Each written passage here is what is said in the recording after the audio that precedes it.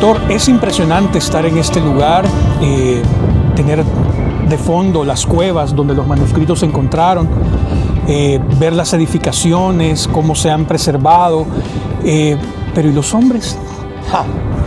Los hombres. Yo creo que lo primero que tenemos que aclarar es ¿cuándo llegaron los hombres aquí? Y aquí, digamos, muy rápidamente voy a tratar de ubicar el contexto, ¿sí? Nosotros queremos que realmente los hombres, los que serían los que establecieron la población aquí, allá para finales del siglo II, comienzo del siglo I antes de nuestra era, lo hacen en una realidad cultural, política, religiosa muy especial. Porque la segunda mitad del siglo II antes de nuestra era es la época de los macabeos.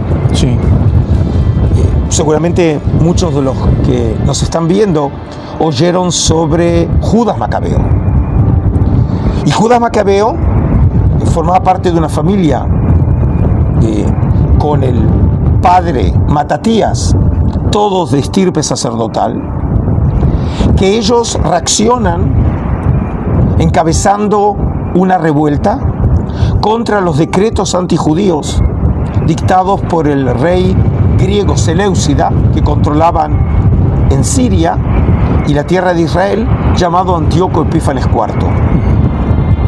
Algo así como los años 60 del siglo II antes de nuestra era. Okay. Ahora, este levantamiento tenía un objetivo, ante todo, religioso, que como consecuencia de la profanación del Templo de Jerusalén, el propósito entonces era reconquistar el monte del Templo a fin de purificar el Templo y que siga sirviendo como la casa de Dios, la casa de Yahvé. Doctor, y en ese grupo que se levantó en contra de Antíoco Epífanes IV, ¿qué grupos o qué escuelas de pensamiento lo conformaban? ¿Estaban ahí los esenios? No, digamos así, ¿no? Lo que nosotros sabemos sobre estos acontecimientos a partir de lo que llamamos 1 y 2 Macabeos, que son 2 libros para los judíos y para los protestantes apócrifos, ¿no? Son deuterocanónicos sagrados para los católicos y para las iglesias del Oriente, y no se habla o se hace mención a lo que llamamos las sectas de esa época, sino específicamente se habla de los hasidaioi, es decir, de los piadosos. Algunos investigadores creen que este movimiento que participó de la revuelta con Judas Macabeos puede haber sido el comienzo o el movimiento madre a partir del cual luego se originan, por ejemplo, los esenios o incluso los fariseos. Pero en realidad nosotros no lo sabemos. Lo que sí sabemos es que esta gente formó parte de este movimiento y en algún momento ellos se alejan del grupo de los macabeos. Es decir, en ese momento no habían establecidas escuelas de pensamiento tal como ahora lo sabemos de alguna manera. Bueno, mira, lo único que sí sabemos es que en los escritos del gran historiador judío Flavio Josefo, estamos hablando allá, Josefo vive en la segunda mitad del siglo I de nuestra era, pero cuando él cuenta la historia de Israel en la antigüedad, cuando llega a los tiempos del hermano de Judas Macabeo, que es el que toma las riendas del movimiento y de la rebelión, cuando es muerto en batalla Judas Macabeo, es Jonatán el Macabeo. Estamos hablando ahora en los años 50 del siglo II. Es ahí cuando dice que había 3 escuelas de pensamiento. Nosotros generalmente las traducimos como sectas, pero es un término sociológico moderno. Josefo utiliza el término hairesis, que es escuela de pensamiento, y dice que habla de los fariseos, de los saduceos y habla de los esenios, solamente a mediados del siglo II. Y puede ser que Josefo tenga aquí razón, como en muchos otros casos.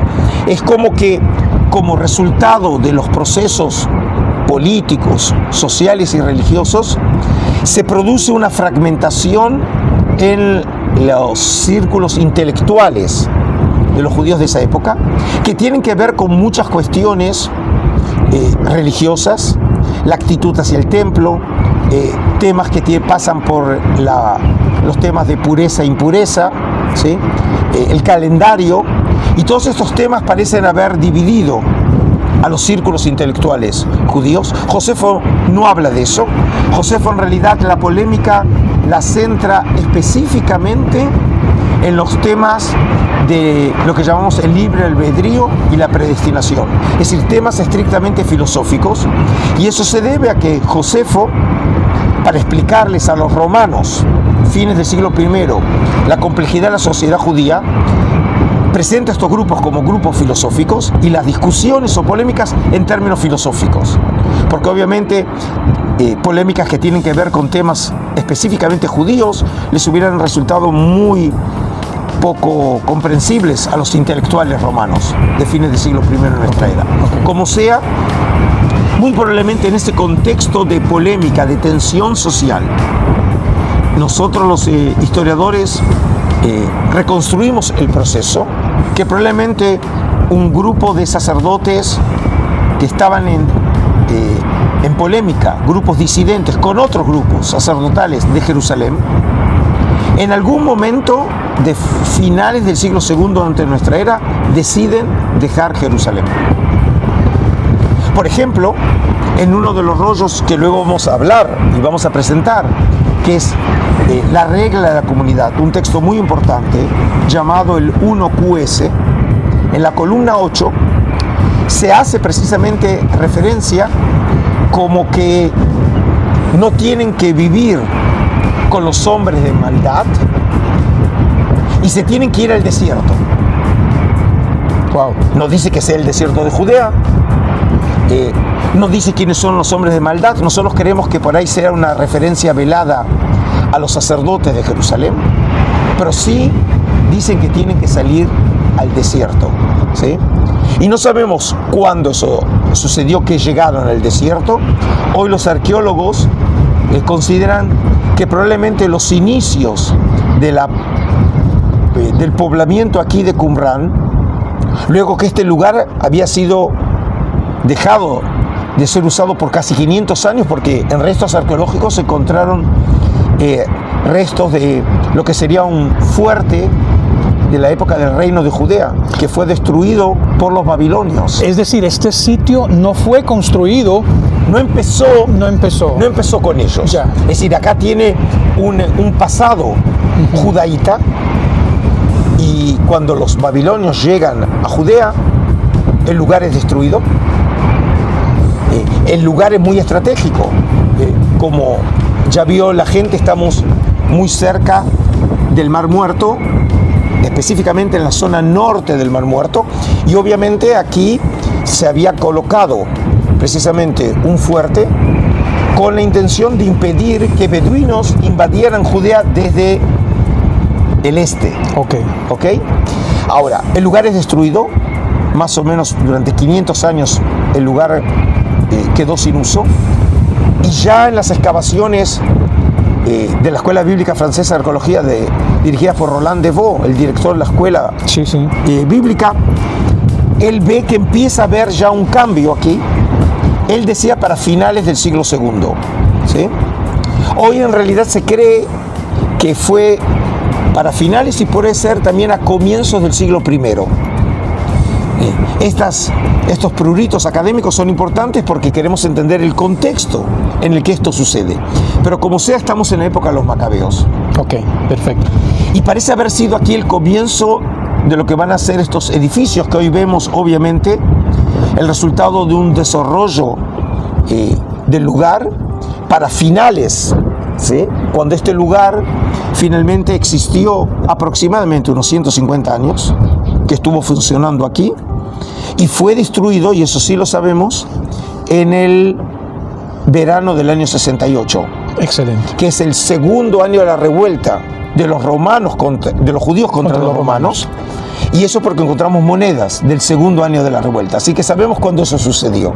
Y sabemos que para esos años, el verano del 68, las tropas del general Vespasiano, que luego va a ser nombrado emperador de Roma, estaban llegando desde el norte y habían llegado ya a la cuenca del Mar Muerto para el verano del 68. Y tenían que llegar a esta zona porque de aquí, de Qumran, es donde estaba el camino hacia Jerusalén. Para subir a Jerusalén. Sí, tenían que llegar a este lugar. Así que el lugar aquí fue destruido. Encontramos acá restos de fuego, ¿no?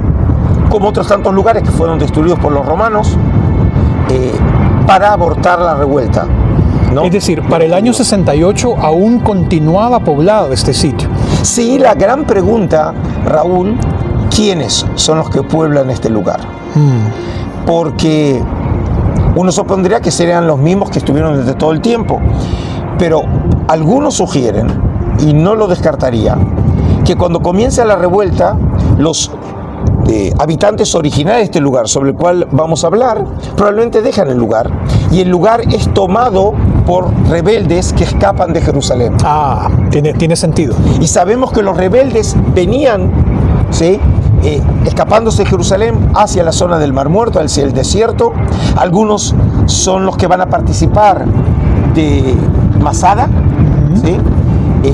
Son esos rebeldes que en realidad se ubican en toda la cuenca del Mar Muerto, y puede ser que hayan tomado este lugar, y eso explicaría por qué los romanos destruyen Qumran. Claro. Porque probablemente se encontraron la primera resistencia. Puede ser que se hayan encontrado con ellos. Okay. Es decir, por eso no sabemos si hasta último momento estuvieron aquí los que llamamos los qumranitas o la comunidad del Mar Muerto. ¿Sí? Ahora, sobre esa comunidad, bueno, resulta que en algunos escritos del historiador que usted menciona, también se nota que había judíos que se estaban helenizando tanto que incluso se hacían prepucios artificiales, es decir, una norma básica y sagrada del judaísmo, para homologarse a la nueva realidad que era la realidad helénica. ¿Esa fue la causa, doctor, de ese alejamiento del...? Yo creo que tenemos que verlo en un contexto. Estos años, que en realidad podemos decir que comienza desde la llegada del helenismo a Oriente, crea en el Oriente en general, y específicamente entre los judíos, una crisis de identidad. Okay. Y yo creo que es la gran cuestión que está detrás de todas estas polémicas. Es decir, ¿quién es el verdadero judío? ¿Quién tiene derecho, por ejemplo, de sumarse al pueblo de Israel? ¿Qué define la identidad de un pueblo? Okay. ¿Sí?